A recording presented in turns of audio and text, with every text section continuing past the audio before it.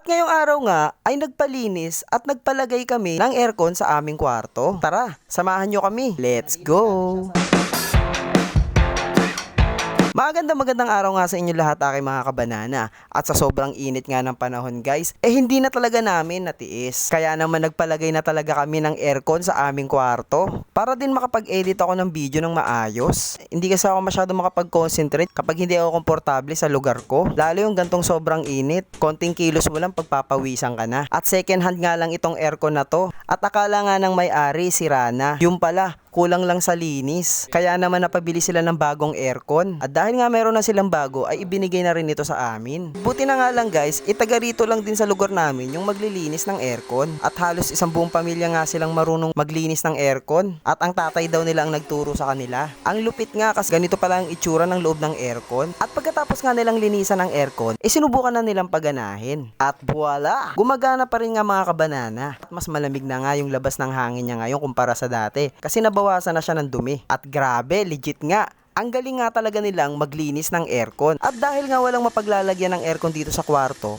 gumawa na lang kami ng paraan. Buti na lang magaling dumiskarte sila kuya. At para nga matakpan yung butas ng bintana, ay gumamit na nga lang kami ng cement board na nakita namin sa aming bodega. At buti na nga lang guys, ay tinulungan kami ng aming tatay. Kasi mahirapan talaga kaming i-figure out tong kami-kami lang. At dahil nga din dyan, mas mabilis din kaming natapos. Kaya shoutout sa aming tatay na sobrang sipag. Pagkabukas nga namin ng aircon, ay napansin namin na may mga natitira pa pala mga butas. Kaya naman tinakpan na lang namin siya ng tape para hindi lumabas yung lamig ng aircon. So, nilagyan natin siya ng concrete wood para hindi lumabas yung aircon. Nilagyan na lang natin siya ng packaging tape. So, ito yung aircon sa kabilang kwarto, guys. Akala nila sira na, guys, kaya bumili ng bago. Kaya lang pala hindi gumagana kasi punong-puno na siya ng dumi. Pinalinis natin siya sa halagang 500 pesos. So, i-check natin mga kabanana kung malakas nga ba tong aircon na to, no? Tignan natin magiging kuryente natin. Okay, sa may kasi namin na to, guys, is wala siyang heat absorber. May ano kasi yun, guys, meron kaming alaga dyan. Pero sa alas 12 o kaya alas 3 ng madaling araw lumalabas. Sumisilip siya dyan. Gago naman to yan, mga ko.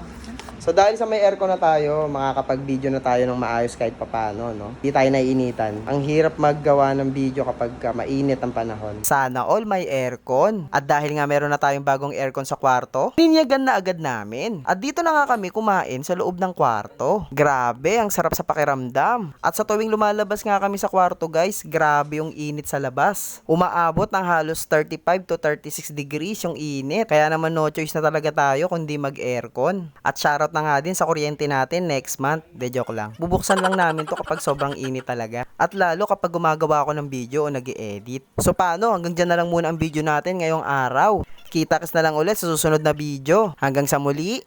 Paalam!